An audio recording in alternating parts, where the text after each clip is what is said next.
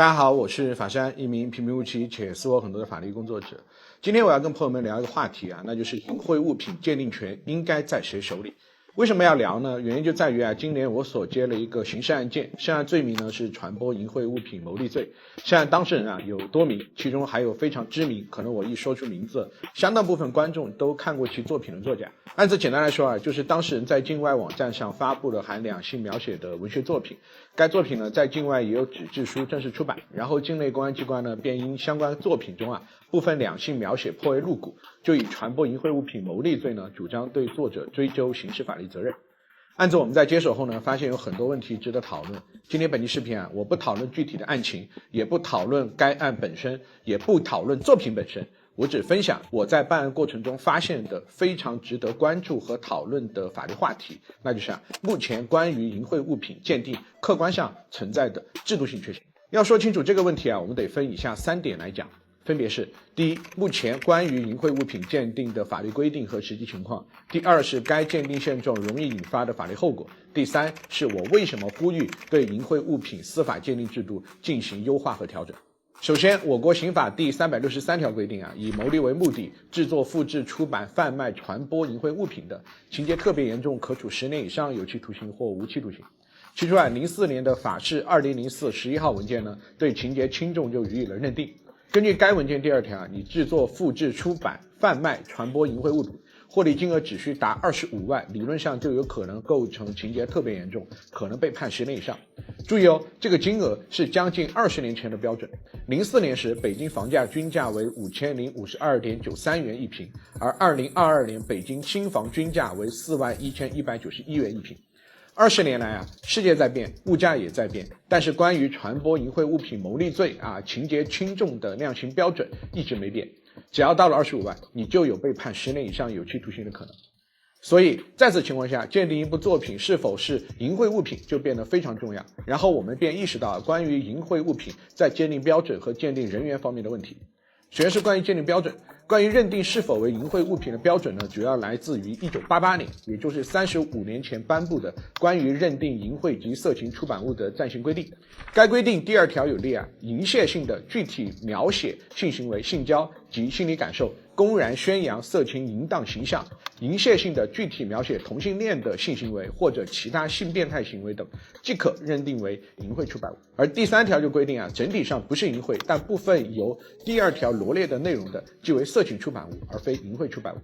在这里我们大家说明在法律的层面，色情不等于淫秽，淫秽不等于色情，认定到底是淫秽还是色情，对最终的定罪量刑非常重要。比如同样是写耽美小说，里面同样有涉及同性恋的性行为，天一的作品呢被鉴定为淫秽物品，而深海先生的作品呢被鉴定为色情作品。因此天一被处以传播淫秽物品牟利罪，被判10年6个月，而深海先生呢则被定为非法经营罪，被判4年。而除了鉴定是淫秽还是色情的标准，该规定呢还有一点非常的重要，即第4条明确的规定，夹杂淫秽色情内容而具有艺术价值的文艺作品就不属于淫秽出版物、色情出版物的范围。同样，现行刑法第367条也明确规定，包含有色情内容的有艺术价值的文学艺术作品就不得视为淫秽物品。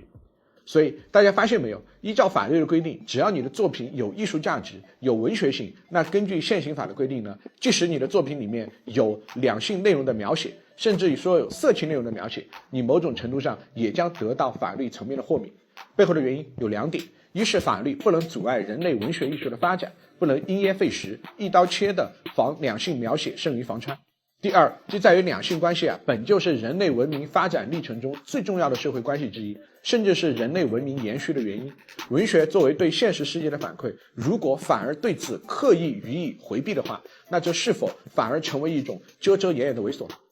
但是落实到司法实践中，你会发现问题又来了，那就是我们该如何判断一部作品是否有艺术价值呢？谁说了算呢？你说了不算，我已经写了3本书了，我说了也不算。甚至在我经办的案件中，我们申请了4名国内知名大学中文系的专家学者出具专家意见，但他们说了也不算，公安机关说了算。因为根据现行有关法规的规定对于文学作品是否是淫秽物品的鉴定权在公安机关手里，他们说你是，你就是。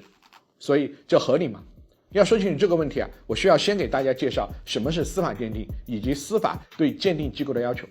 我举个例子，在传统的民事纠纷，比如建设工程施工合同纠纷中开发商如果和施工方就工程造价发生争议，开发商主张呢在建工程只值5000万，施工方主张1个亿，这个时候法院该怎么办呢？法院会说，我既不懂，工程量太大，也不可能亲自勘察，既然你们各执一词，那好，其中一方申请鉴定，法院呢就在司法鉴定库里面抽有关专业鉴定资质的司法鉴定机构，让他们去鉴定。最后呢，我的裁判就以鉴定意见为主要依据。对于鉴定机构的选择为了防止机构偏帮，要么呢就是双方在司法鉴定库里面抽到哪个就是哪个，要么就是双方找一家共同确认的机构。所以大家明白了吗？为什么要鉴定？因为各执一词下，法官对第三方专业的鉴定意见依赖性很强，这份专业意见就必须客观公正，不能够偏帮。因为正是由于其为专业意见，裁判方呢会受该意见极大的影响。此前王自如和罗永浩辩论，王自如强调自己客观独立第三方背后的逻辑实质上是一致的。而我们具体到司法鉴定程序上，司法对鉴定意见的要求本质上就是3个词：专业、公正、独立。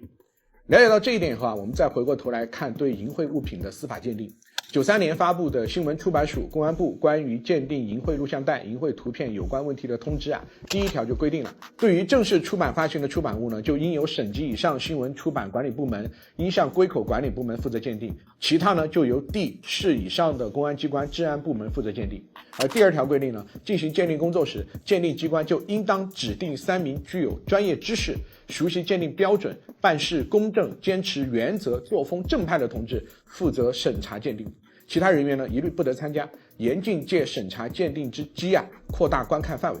根据上述规定呢，地市级公安机关就享有相当部分门类的淫秽物品的鉴定权。然后大家发现没有，目前关于淫秽物品的鉴定存在什么问题？第一个问题就在于缺乏专业度。我毫不怀疑具体负责鉴定的公安干警坚持原则，作风正派，但对于作品是否具有艺术价值和文学性，他们又是否具备有关专业和文艺上的审美呢？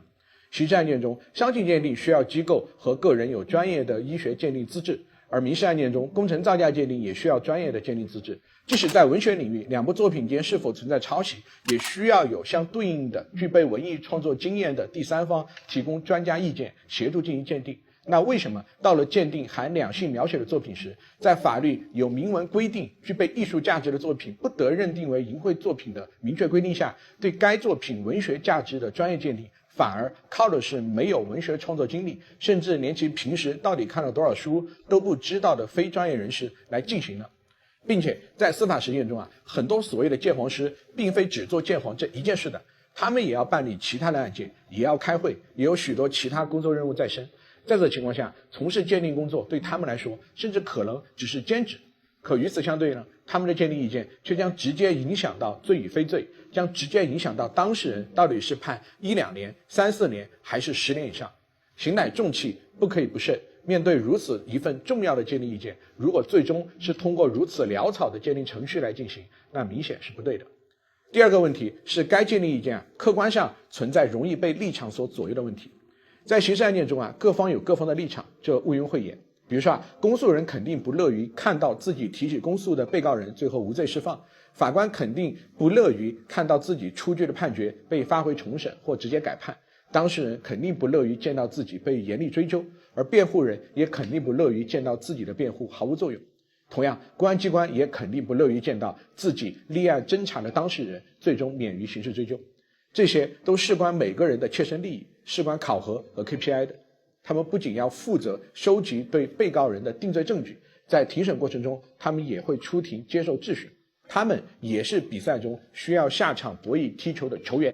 我换个例子大家就明白了，我自己就是造手机的，或者说我是这部手机里大量零件的供应商，然后你再让我鉴定我自己参与制造的这部手机，你说我到底会说这部手机好，还是说这部手机不好？如果我说这部手机不好，那我岂不是在打自己的脸吗？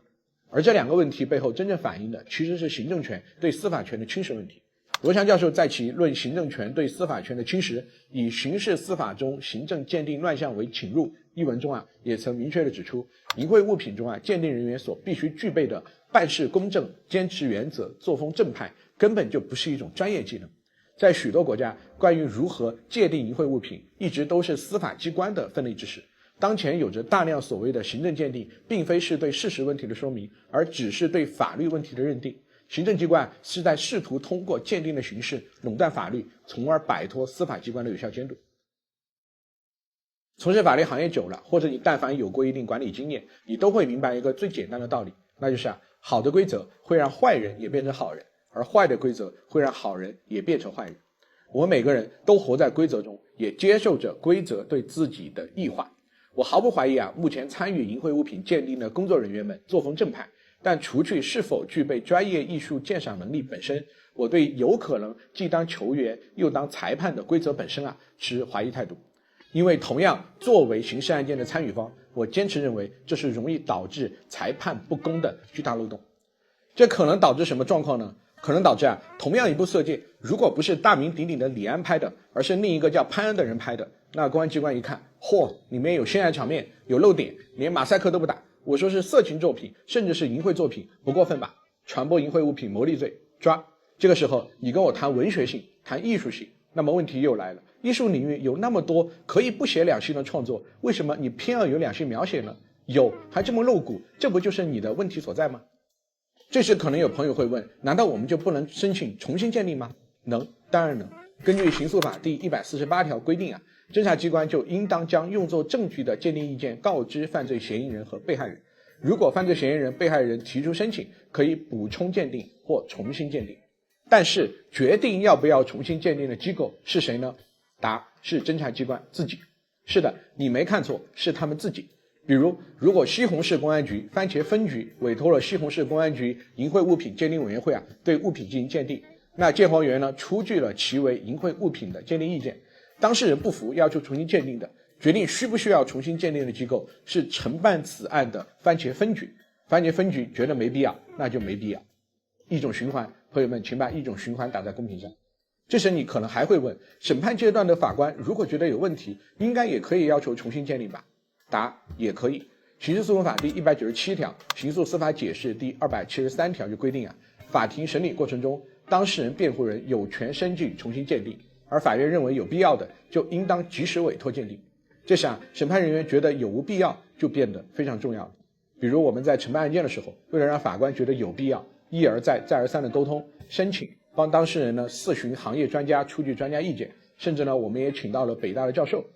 与当事人原本并不相识，在看了作品以后，就是觉得作品有艺术价值，没收1分钱就帮当事人出具了专家意见。但该意见到底能不能被采纳，教授等多名专家在内的意见能不能推翻3名公安干警的意见呢？决定权还是在法官手上。然后你就会发现一个很重要的点，那就是如果法院重启鉴定的，就应该由上一级公安机关治安部门会同同级的新闻出版、音像归口管理等部门一起重新鉴定。所以问题来了，为什么不能一开始就由这诸多部门一起组成一个鉴定委员会，对物品来进行鉴定呢？或者说，为什么不能有一个独立不隶属于公安机关的单位，专门对是否淫秽来进行鉴定呢？提高办案效率吗？那么问题来了，我们且不说这样到底有没有带来更多的麻烦，我只问一点，那就是有多少冤假错案是在提高效率这4个字下完成的呢？背后还引发了一个沉思，是对涉案作品是否有艺术价值的鉴定，到底该由谁来进行？是该全由公安机关来，还是全由文学领域专业人士来，还是各方共同组成一个专委会呢？而如果案件从一开始便有一个具备专业资质的鉴定机构对涉案作品来进行鉴定的话，那公安机关面临的质疑会不会少一些呢？法官的采信底气会不会更足一些呢？当事人的维权送内会不会更轻一些？而整个案件的公正程度又会不会得到更好的保障呢？